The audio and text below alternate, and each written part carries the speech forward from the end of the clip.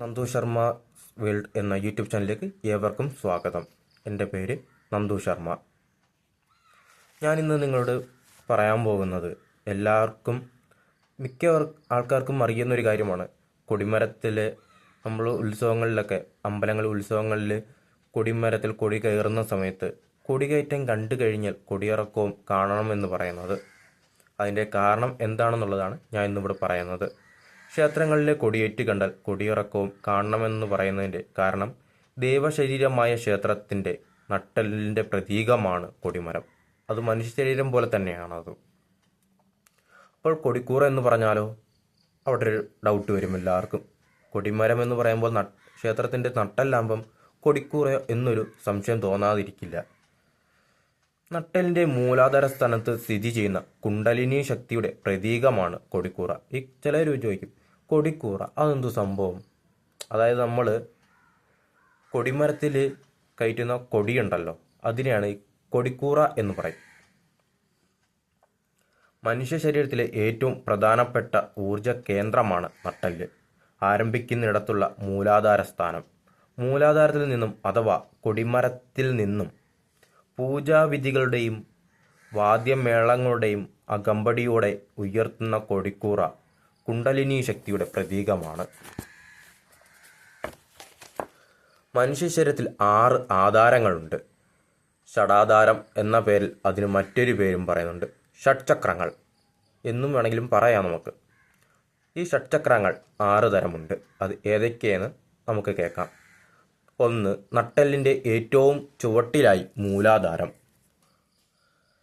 2. അതിനു തൊട്ടു മുകളിലായി മധ്യഭാഗത്ത്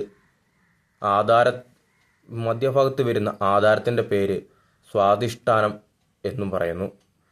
3. അതിനു മുകളിലായി, അതായത് പൊക്കിൾക്കൊടിയുടെ മധ്യഭാഗത്ത് വരുന്ന ചക്രത്തിൻ്റെ പേര് മണിപൂരകം എന്നാണ്. അതിനു തൊട്ടു മുകളിലായി ഹൃദയത്തിൻ്റെ ഭാഗത്ത് വരുന്ന ചക്രത്തിൻ്റെ പേര് അനാഹതം എന്നും പറയുന്നുണ്ട് കേട്ടോ. പിന്നീട് വരുന്നത് നമ്മുടെ കഴുത്തിൻ്റെ ഭാഗത്ത് വരുന്ന ചക്രത്തിൻ്റെ പേര് വിശുദ്ധി എന്നാണ്. പിന്നെ ഭ്രൂമധ്യത്തിൽ വരുന്ന ആധാരത്തിൻ്റെ പേര് ആജ്ഞ. ഇങ്ങനെയുള്ള 6 ആധാരങ്ങൾ മനുഷ്യ ശരീരത്തിലുണ്ട്. ഇതിൽ മൂലാധാരത്തിന് ഒരു പ്രത്യേകതയുമുണ്ട്. ഈ പ്രപഞ്ചത്തിലെ മുഴുവൻ ദൈവിക ശക്തിയുടെയും ഒരു മനുഷ്യനിൽ സൂക്ഷ്മരൂപത്തിൽ കുണ്ടലിനി എന്ന പേരിൽ മൂലാധാരത്തിൽ 3½ ചുറ്റു സർപ്പാകൃതിയിൽ സൂക്ഷ്മാവസ്ഥയിൽ ഉറങ്ങിക്കിടക്കുന്നു എന്നാണ് വിശ്വാസം. ഇതിനെ ഉണർത്താൻ ആർക്കേ കഴിയൂ?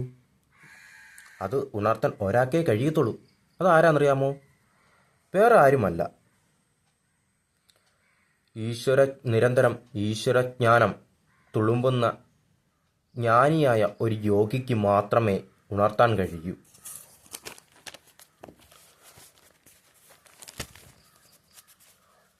ഉണർത്തിയാൽ എന്ത് സംഭവിക്കും എന്നൊരു സംശയം എല്ലാവർക്കും തോന്നാതിരിക്കില്ല.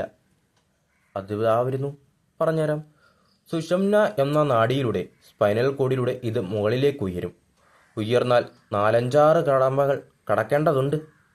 മൂലാധാരത്തിൽ നിന്നും ഉയരുന്ന കുണ്ടലിനി ശക്തി ഇടാനാഡിയിലൂടെ മുകളിലേക്ക് ഉയരുമ്പോൾ മണിപൂരകം എന്ന ഒരു ഘട്ടം കാണുന്നു. നേരത്തെ ഞാൻ പറഞ്ഞില്ലായിരുന്നോ മണിപൂരകം? ആ മണിപൂരകത്തെ അങ്ങ് ഭേദിക്കും. അങ്ങനെ സ്വാധിഷ്ഠാനം, മണിപൂരകം, അനാഹതം, വിശുദ്ധി, ആജ്ഞ എന്നീ ചക്രങ്ങളെയെല്ലാം, അതായത് ഈ 6 ചക്രങ്ങളെയും ഭേദിച്ച് ശിരസിലെത്തും എന്നതാണ് വിശ്വാസം. കുണ്ടലിനി ശക്തി ശിരസിലെത്തിയാലോ സാധാരണക്കാരനായിരുന്ന ഒരാൾ യോഗിയായി മാറും. കുണ്ടലിനി ശക്തിയുടെ പ്രതീകമാണ് കൊടിക്കൂറ. അത് ഞാൻ നേരത്തെ പറഞ്ഞായിരുന്നു, ഒന്നും കൂടെ പറഞ്ഞെന്നേ ഉള്ളൂ. നട്ടെല്ലിൻ്റെ പ്രതീകമാണ് കൊടിമരം. കൊടിമരത്തിൽ പറകൾ എന്ന് പറയുന്നൊരു പ്രതീകം കാണാം. അതെന്താണ്? അതാണ് കശേരുക്കൾ. കശേരുക്കളുടെ പ്രതീകമാണ് എന്ത്? പറകൾ. ഈ കൊടിമരത്തിലൊക്കെ കാണപ്പെടുന്ന പറകളുണ്ടല്ലോ, അത്. അപ്പോൾ കൊടിയേറ്റവും കൊടിയിറക്കവും എന്താണെന്ന് പറയേണ്ടതില്ലല്ലോ, എല്ലാവർക്കും മനസ്സിലായി എന്ന് വിശ്വസിക്കുന്നു. കുണ്ടലിനി ശക്തി ഇടനാഡിയിലൂടെ സഹസ്രാരം പത്മത്തിലെത്തിയ ശേഷം പിംഗ്ളാനാഡിയിലൂടെ തിരിച്ച് മൂലാധാരത്തിലെത്തുന്നു. അതായത് നമ്മുടെ കൊടിമരത്തിൽ കൊടി കയറി അത് കൊടി ഇറങ്ങുന്നു. അതിനെയാണ് ഈ ഇടനാഡിയിലൂടെ സഹസ്രാരം പത്മത്തിലെത്തിയ ശേഷം, അതായത് സഹസ്രാരം പത്മം എന്ന് പറയുമ്പോൾ ഏറ്റവും മുകളിൽ എത്തിയതിന് ശേഷം പിന്നീട് പിംഗ്ളാനാഡിയിലൂടെ, അതായത് താഴെയിൽ കൂടെ നമ്മൾ തിരിച്ചിറക്കുന്നു മൂലാധാരത്തിലോട്ട്. ഇനി കൊടിയിറക്കം കുണ്ടലിനി ശക്തിയെ തിരിച്ച് മൂലാധാരത്തിൽ എത്തിക്കുന്ന ചടങ്ങാണ്. അത് ദൈവ ചൈതന്യം അതിൻ്റെ പാരമ്യതയിലെത്തി നിൽക്കുന്ന സമയത്താണ് ഉത്സവ ദിവസങ്ങൾ. അതാണ് നമ്മൾ ഈ 10 ദിവസമൊക്കെ ഉത്സവങ്ങളൊക്കെ കൊണ്ടാടുന്നത്. അതും വ്രതാനുഷ്ഠാനത്തോടെ വേണം ഇതെല്ലാം ചെയ്യാൻ. അപ്പോൾ എന്താണ് കൊടികയറ്റം കൊടിയിറക്കം ഒരേപോലെ കാണണമെന്ന് എല്ലാവരും പറയുന്നതിൻ്റെ കാരണം, അതായത് പൊരുൾ എന്താണെന്ന് എല്ലാവർക്കും മനസ്സിലായി കാണുമെന്ന് വിശ്വസിക്കുന്നു. അപ്പോൾ അടുത്തൊരു വീഡിയോയുമായി ഉടൻ തന്നെ വരുന്നതായിരിക്കും. ഓക്കെ, നല്ലൊരു ശുഭദിനം എല്ലാവർക്കും നേരുന്നു. ഈ ചാനൽ ആദ്യമായിട്ടാണ് കാണുന്നതെങ്കിൽ എല്ലാവരും ഈ ചാനൽ സബ്സ്ക്രൈബ് ചെയ്യുക. അതുപോലെ തന്നെ നോട്ടിഫിക്കേഷൻ ലഭിക്കുന്നതിന് വേണ്ടി എല്ലാവരും ബെല്ലൈക്കൺ പ്രസ് ചെയ്തതിന് ശേഷം ഓൾ നോട്ടിഫിക്കേഷൻ എന്നുള്ളത് അലോ ചെയ്യുക. അതിനുശേഷം ഈ ചാനലിലുള്ള എല്ലാ വീഡിയോസിൻ്റെയും നോട്ടിഫിക്കേഷൻ നിങ്ങൾക്ക് ലഭിക്കുന്നതായിരിക്കും. അപ്പോൾ അടുത്തൊരു വീഡിയോയുമായി ഉടൻ തന്നെ നന്ദു ശർമാസ് വേൾഡ് എന്ന യൂട്യൂബ് ചാനൽ ഉടൻ തന്നെ തിരിച്ചു വരുന്നതായിരിക്കും. ഓക്കെ, നമസ്കാരം.